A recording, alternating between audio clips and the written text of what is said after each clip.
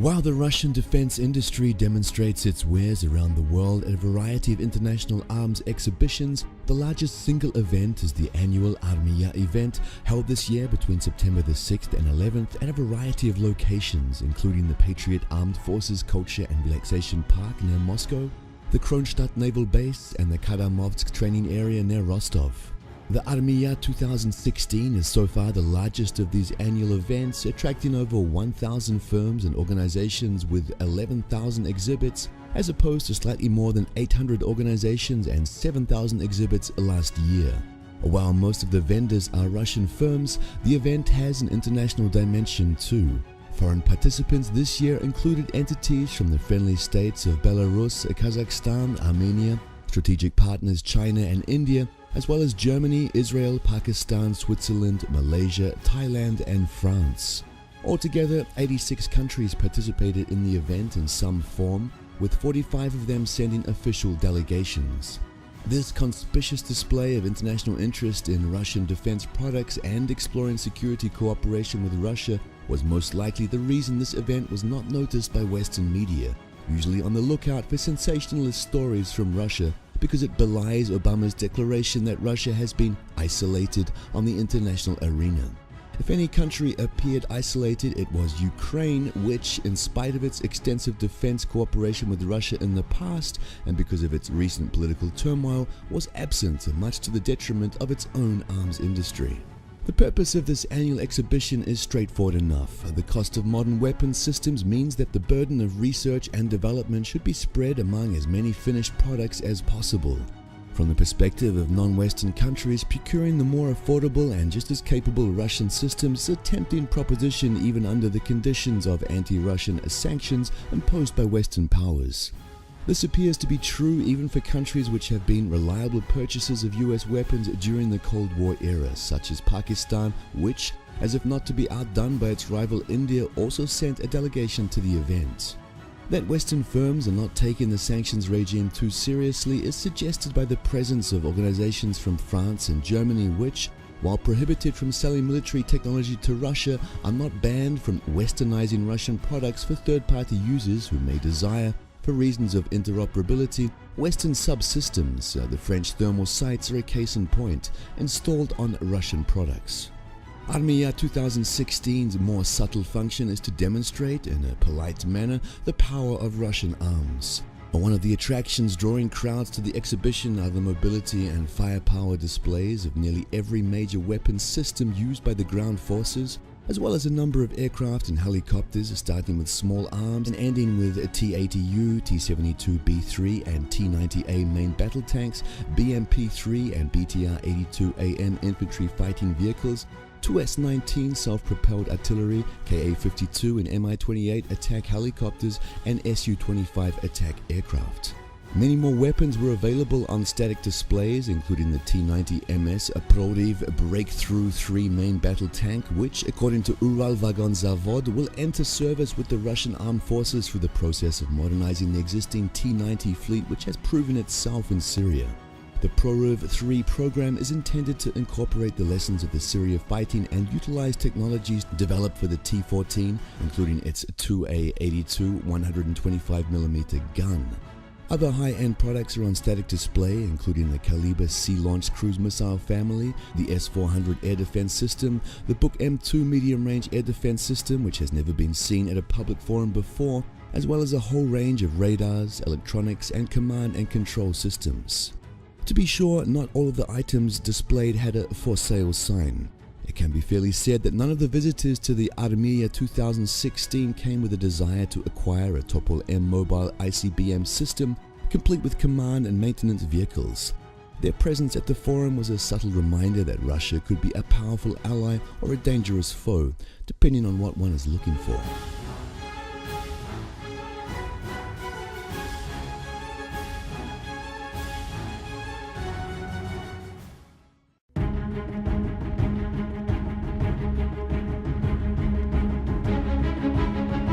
While this weapon system is still currently under the radar, no pun intended, of the Western media, one can rest assured that once it starts flight tests in earnest, it will be paraded as Exhibit A in the propaganda indictment of Russian aggression.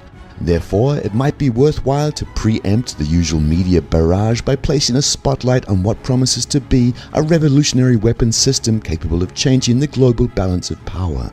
The Sarmat missile is classified as a so-called heavy ICBM. In accordance with START treaties, that designation is applied to weapons with intercontinental range and launch weight in excess of 100 metric tons.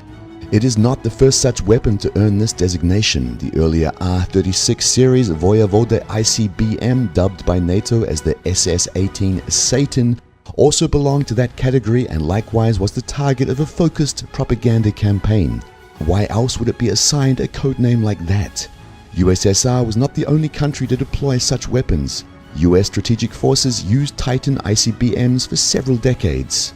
The controversy associated with heavy ICBMs naturally begs the question, why bother with such weapons? What missions are they intended to accomplish? In the Russian case, at any rate, heavy ICBMs play a specific role. They are the spear tip of strategic nuclear deterrence. Their ability to destroy heavily defended or protected targets, included by anti-ballistic missile systems, guarantees the rest of the deterrent force remains viable. Although the R-36 spent most of its service life under the ABM treaty regime, one has to keep in mind that it was designed with the assumption the US would have widely developed ABM systems, and moreover Soviet heavy ICBMs were part of the reason the US realized in the early 1970s that the Soviet missile capabilities were sufficient to render any US defensive system irrelevant. A single R-36 represented, after all, a 10-warhead rapid-fire volley that no ABM system at the time could hope to counter. It's the realization that ABM systems would be costly, destabilizing, and in the end useless that gave us the doctrine of mutually assured destruction in its mature form. The Sarmat is the child of the post-ABM treaty era from which the US withdrew during the first term of George W. Bush administration, whose main priority, before it was sidelined by the 9/11 terror attacks, was a military build-up in space to the point of making the final frontier a US military preserve. And Sarmat's function is as much political as it is military, as it is intended to send the message that, in the final account, the US is better off sitting down behind the negotiating table in order to create a new multilateral framework of collective security than pursuing impossible dreams of unilateral full-spectrum dominance. Since the US missile defense technologies have evolved over the last several decades, the Sarmat will likewise represent a major advancement over the Voyevoda. Instead of simply presenting the ABM system with a rapid succession of targets with the goal of saturating the defenses, the Sarmat is more subtle. Its approach to the task of invalidating opposing missile defenses consists of a combination of factors. They include the ability to employ multiple trajectories, not only the standard route over the North Pole to the North American continent thanks to the missile's powerful engines and ample fuel load, which account for the bulk of the missile's estimated 170 tons. It can also employ suborbital trajectories which greatly reduce flight and therefore also reaction time. Its 10-ton payload will include hypersonic aerodynamic vehicles, which are considerably harder to intercept, in addition to standard warheads and, naturally, decoys. Last but not least, in order to ensure its survivability, its launch preparation time will be only 1 minute, greatly reducing the likelihood of it being caught on the ground by an enemy first strike. The Sarmat is a high-priority weapon system whose time load has not suffered significant delays. Its initial testing is scheduled to begin later in 2016, with service entry scheduled by not later than the end of 2018, and with all the R-36M missiles still in service being replaced by 2020. The initial free world reaction will likely be the usual barrage of propaganda which inevitably follows every Russian international initiative, though, as in the 1970s, it will be followed by a more constructive Western response that will help restore a sense of global security and stability.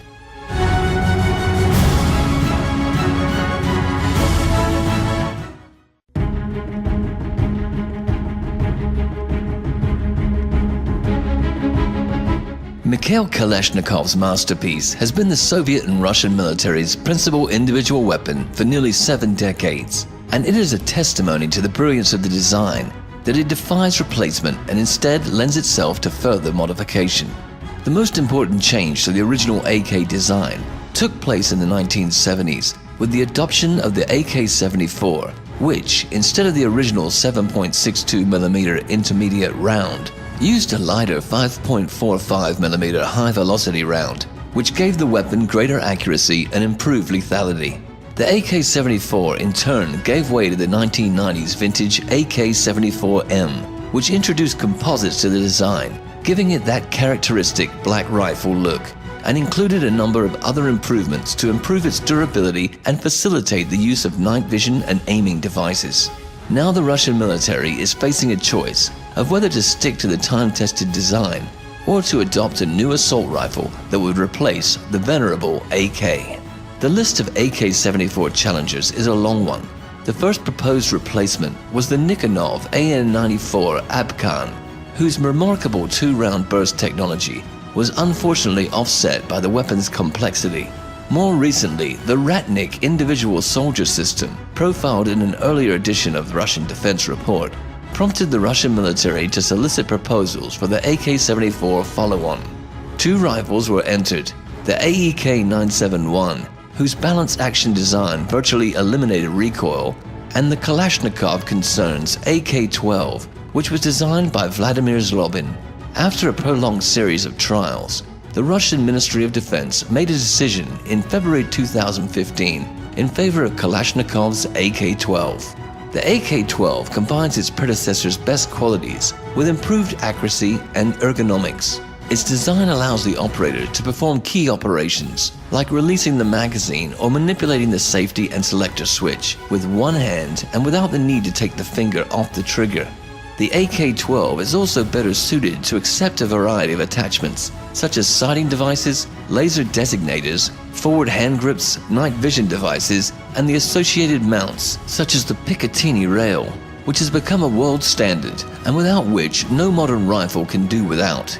In addition to the standard AK-74 and RPK magazines, the AK-12 can use the newly designed 60-round and 90-round magazines. Does that mean that the Izhmash plant will soon be churning out millions of AK-12 rifles to replace the AK-74 series weapons currently in service?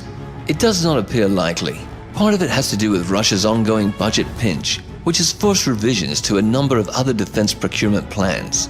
But the bigger reason is that the AK-12 just does not offer enough of an advantage to warrant such a dramatic rearmament.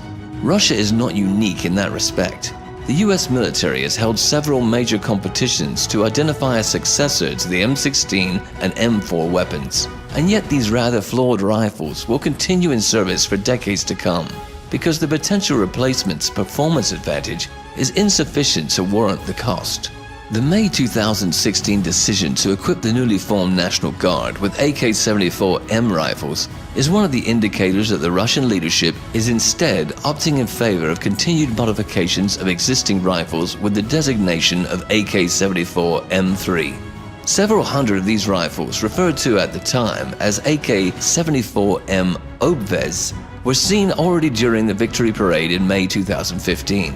The AK-74M3 introduces a new buttstock design, a new hand grip, and changes to the receiver cover to facilitate the use of Picatinny rails, in addition to other improvements. The AK-12, on the other hand, will most likely be purchased in relatively small numbers for use by specialized and elite units, much as the way the US and other NATO countries issue more advanced and expensive designs to its elite forces while retaining older weapons in service. As is usually the case, the question of the relative importance of the AK-74M3 and the AK-12 to the Russian military will likely be shown by their presence or absence at this year's and future victory parades.